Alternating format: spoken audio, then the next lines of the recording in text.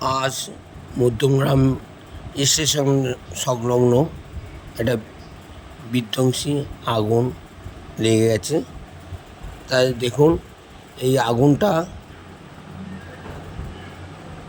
অনেকটা জায়গা ধরে এবং অনেক দোকানপাটে প্রচুর ক্ষয়ক্ষতি হয়েছে। রসবাসের থেকে শুরু করে স্টেশন সংলগ্ন বিজেপির পার্টি অফিসের পিছনে কাঠের দোকান পুরো পুড়ে ছাই হয়ে গেছে। আর রসবাসের দোকানটা তো একদমই সত্যিকার ভিতরে প্রচুর আগুন লেগে সব শেষ হয়ে গেছে এবং ছোটো ছোটো যে খাবারের দোকান ছিল সেগুলো পুড়ে ছাই হয়ে গেছে। এতটাই তীব্র ছিল আগুনের যে ফুলকি বা আগুনের জ্বলন্ত উত্তাপ। এবং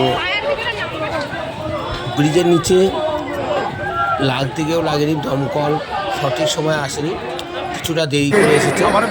সেটাই প্রত্যেকে দেখুন কীভাবে আগুনটা সরিয়ে গেছে।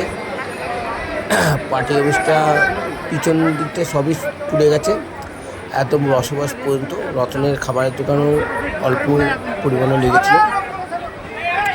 যাই হোক, কিছু পরিমাণে হয়েছে।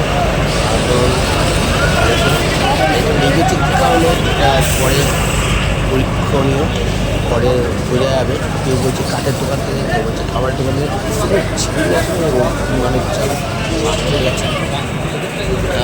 এক এক করে খাবার আরে এইসব খুলে নি কেন আগে থেকে?